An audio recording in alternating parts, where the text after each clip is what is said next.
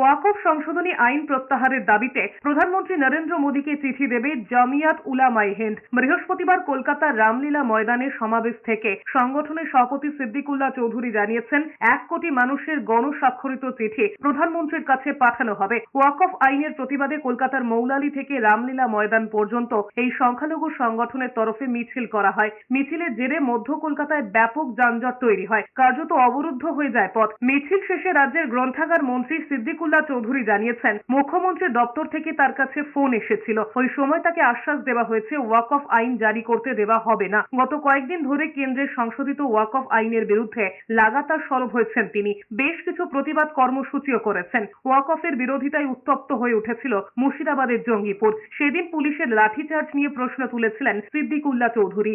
1 কোটি সই করে মোদির কাছে পাঠাবো, হাত তুলে বলুন। সারা বাংলার 1 কোটি মানুষ রেজুলেশন পাঠাবে যে তুমি অন্যায় করেছো, জুলুম করেছো, তুমি এটাকে গিলে খেয়ে নাও আর আমাদেরকে দেখাবে না।